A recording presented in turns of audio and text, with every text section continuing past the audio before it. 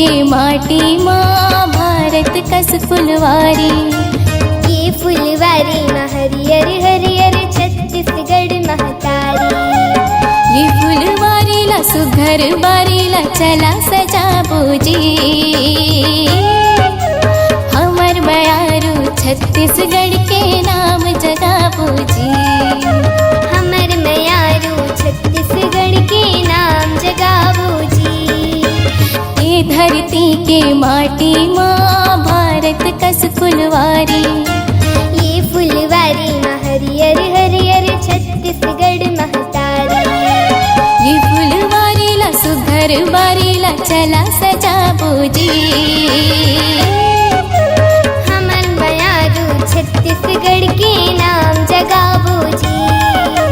हमर मयारो छत्तीसगढ़ के नाम जगा बूजी।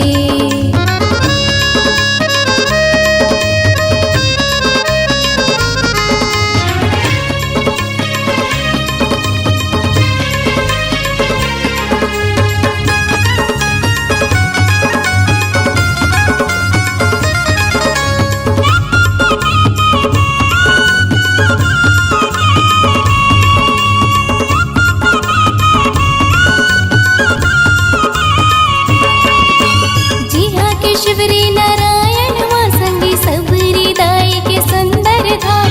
गिरौदपुरी माँ बाबा के धाम। बाबा सिखावे सतनाम सतनाम।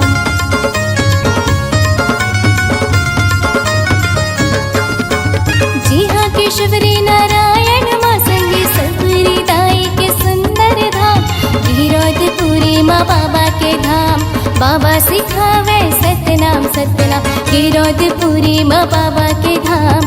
बाबा सिखावे सतनाम सतनाम। शिवरी नारायण और गिरौदपुरी के दरस कर पहुँची। शिवरी नारायण और गिरौदपुरी के दरस कर पहुँची। अरे हमर मयारू छत्तीसगढ़ के नाम जगा बूझी। हमर मयारू छत्तीसगढ़ के नाम जगा बूझी। ये धरती के माटी माँ भारत कस फुलवारी। ये फुलवारी माँ हरियर हरियर छत्तीसगढ़ महतारी।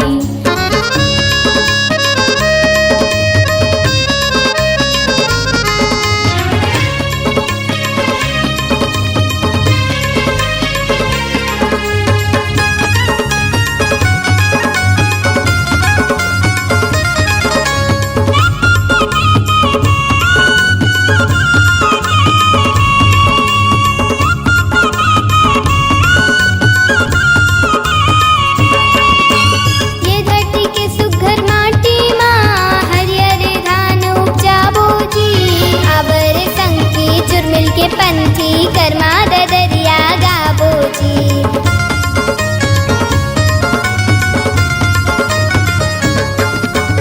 ये धरती के सुघर माटी माँ हरियर धान उपजावो जी।